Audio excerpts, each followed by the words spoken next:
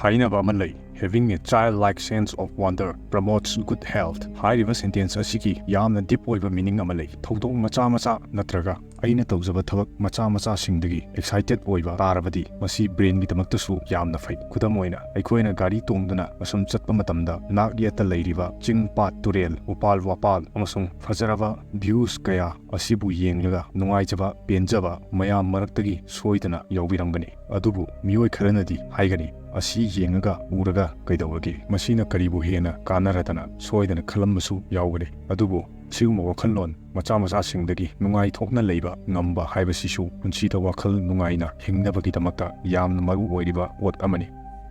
Aikoina khangi madudi 100 asi English ta century haina su khangnai. Hairiba asi cricket ta run 100 logera natraga mi amagi chahi 100 sugera 100 pu century haina hainai. Adubu 1000 di kari haina khangnai haiba naha khanglabra. 1000 sibu grand hairaga khangnai. Nahagna English film yengba matamda karigumba kanda I will give you a grand asumna haiba soidana tarangani. Masigi meaning di ai nawanda $1000 igani haibani. Aikoina nungtigi sizinariba chini asi veg la natraga non-veg la haibasi naha khanglabra. Mayamdi khalamba yai chini asi chu haibadi sugar cane dagi sungbanina veg oiramgani haidana. Adubu yamna ngakiba wadi chini asi sabada company kaya amadi animal bone char asi sizinai. Masina chini gi fajaraba angauba machu ama thoali. Masina haibadi chini bu machu thokhanabagi damakta animal product sizinare haibani. Hairiba maram asina prithivigi vegetarian kaya amadi chini asi bu thadoknaba phawba hotnari. Adubu Indian vegetarian singi wainadi karishu waningai leite. Maramdi India gi import rule asi yamna strict oi. Masigi maramna machu sangma chini amata pusenba yahande. Adubu foreign countries singdadi marang kaina fangi.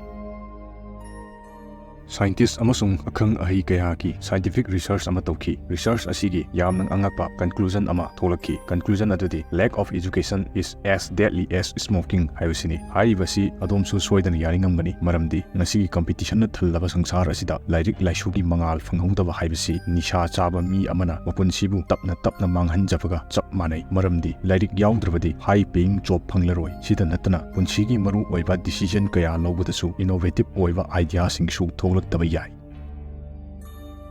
Prithivida leiriba miyam asi group ani da khaidokpa yai. Amana lai bu ningjaba puja tawjaba amana ningdaba haina. Masida yamna interesting oiba wadi MRI scan tawba matamda thijinba singna khangki madudi lai bu ningjaba puja tawjaba mioi singi cerebral cortex asi thik haibadi thagalakpa thingnaki. Cerebral cortex haibasi brain gi yamna maru oiba part amani. Masida memory power, intelligence power kaya ama yauri. Masina haibadi spiritual oibana mind bu healthy oina thambasu ngammi haibani. Aikoigi prithivida sahar ama lei asibu the closest city to space hairiga khangnai. Hairiba sahar asi prithivigi ground level dagi 36,000 feet satkhatlaga lei. Hairiba sahar asigi maming La Paz kawi. Sahar asi South America country Bolivia hairiba lam asigi capital ni.